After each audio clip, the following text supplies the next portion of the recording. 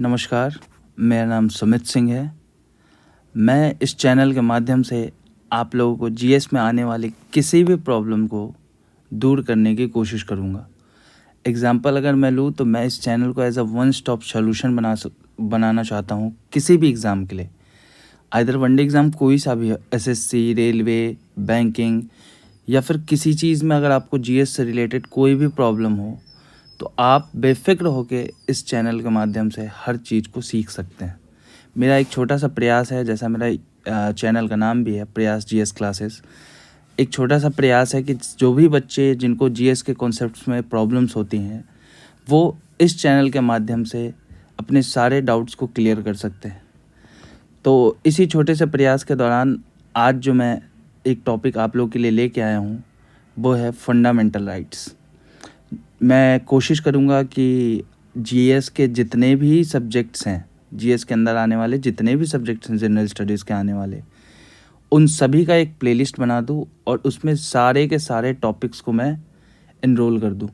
सारे के सारे टॉपिक्स जब मैं उसमें डाल दूँगा तो आपको किसी भी सब्जेक्ट से कोई भी टॉपिक से प्रॉब्लम होगा आप डायरेक्ट प्लेलिस्ट से जाके देख सकते हैं।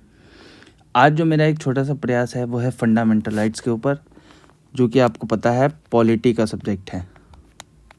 फंडामेंटल राइट्स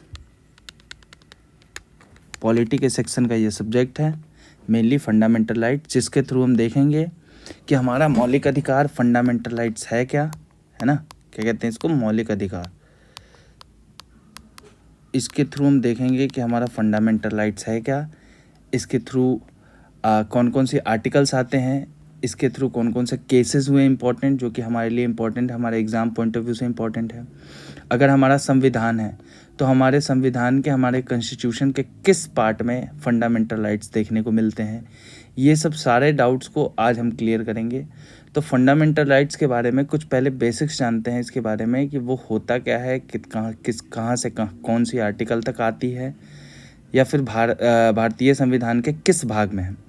तो अगर हम फंडामेंटल राइट्स की बात करें तो सबसे पहला अगर हम पॉइंट्स की बात करें तो फंडामेंटल राइट्स हमारी पार्ट 3 में आती है। कॉन्स्टिट्यूशन के पार्ट 3 में भाग 3 के अंतर्गत हमारा फंडामेंटल राइट्स आता है।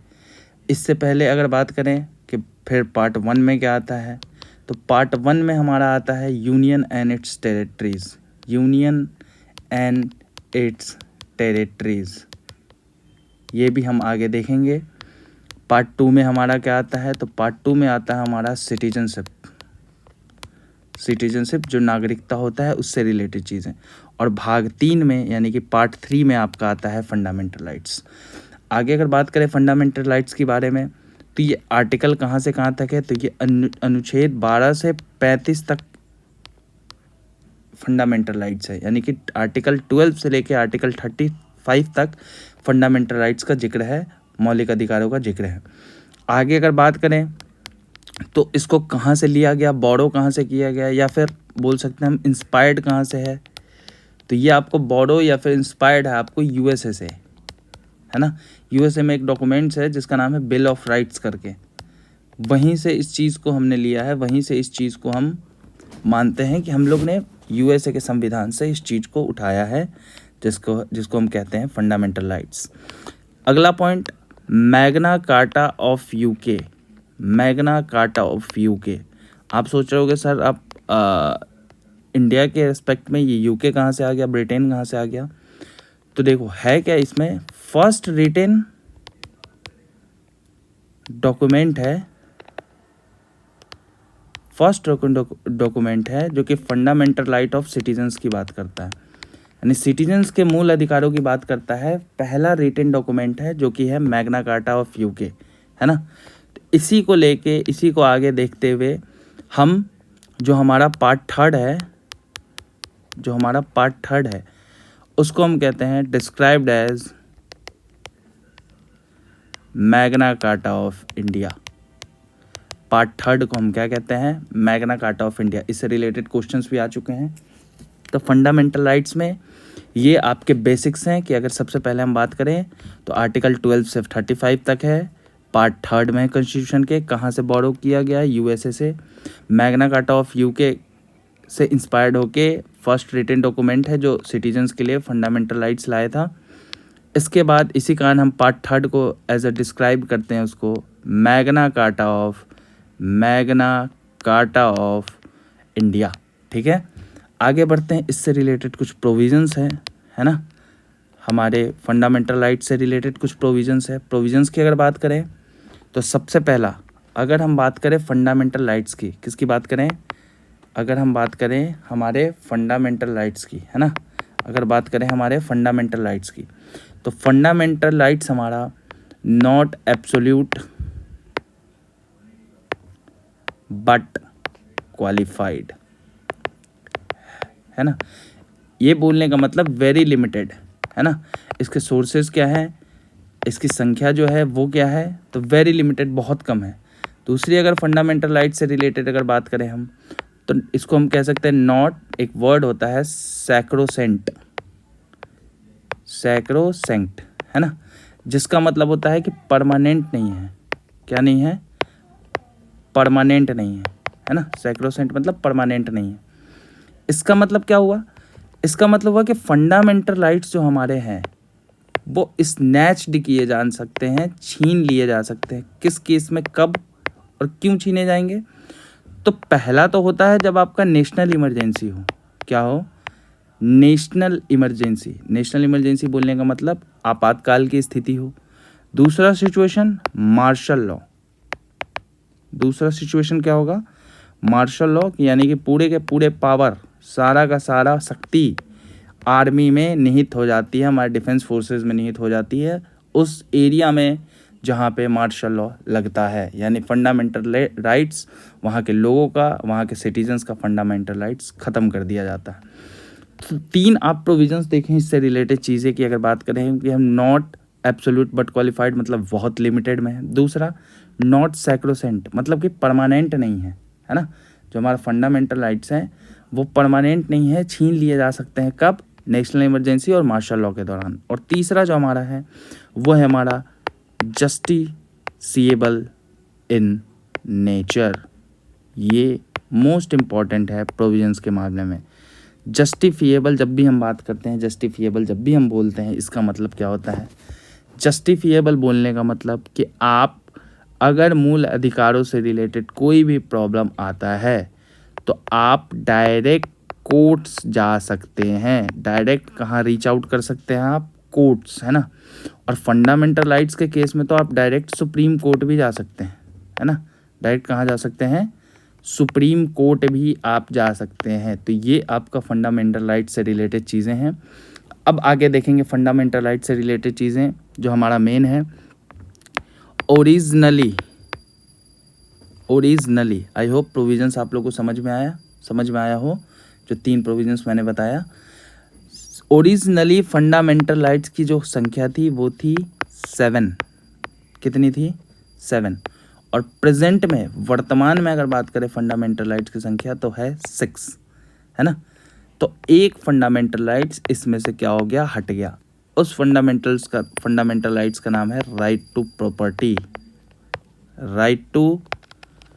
प्रॉपर्टी, जिसको हम कहते हैं संपत्ति का अधिकार, है ना। क्या कहते हैं, संपत्ति का अधिकार। संपत्ति का अधिकार हट गया एक fundamental rights mainly.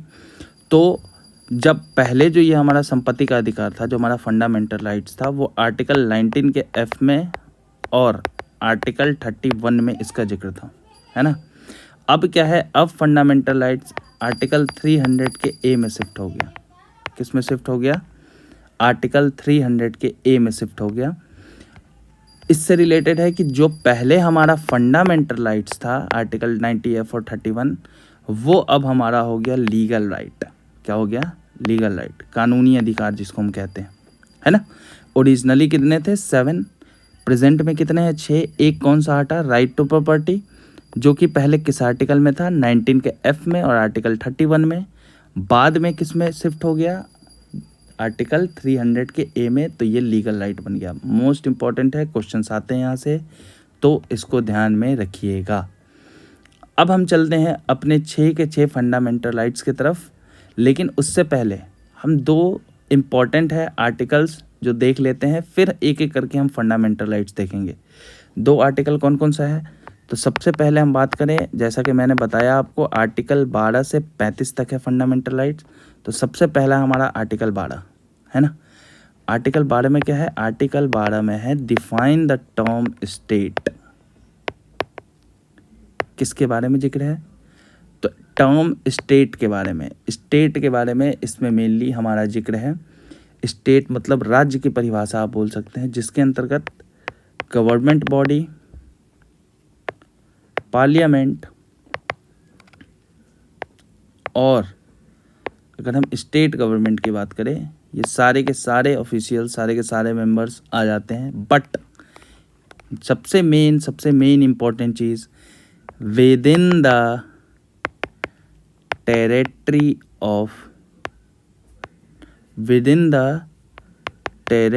Of India, है ना।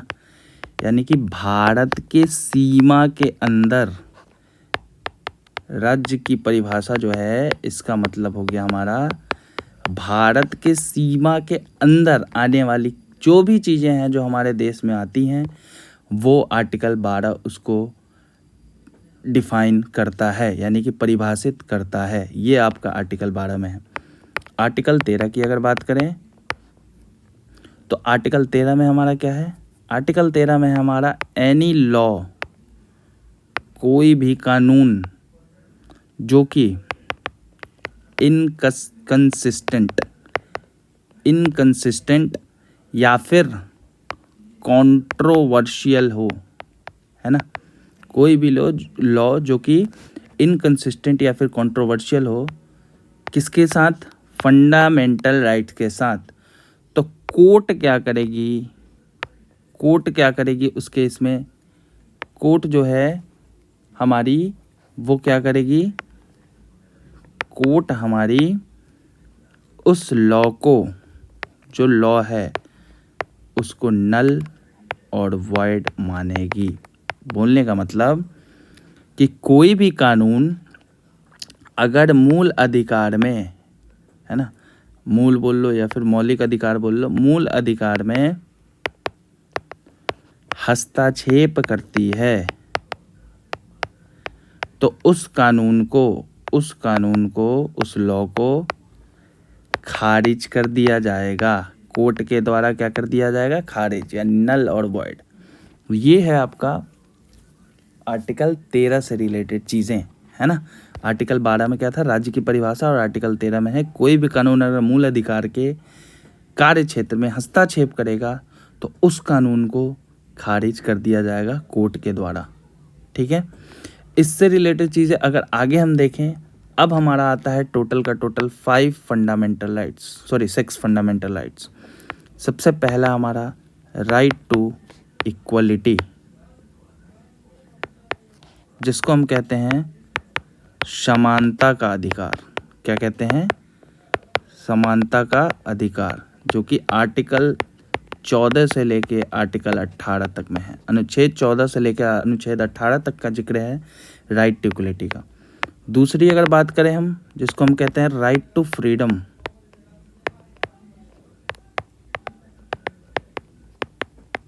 जो कि आर्टिकल 19 से 22 तक है, जिसको हम कहते हैं स्वतंत्रता का अधिकार। तीसरा जो हमारा है, वो है हमारा राइट अगेंस्ट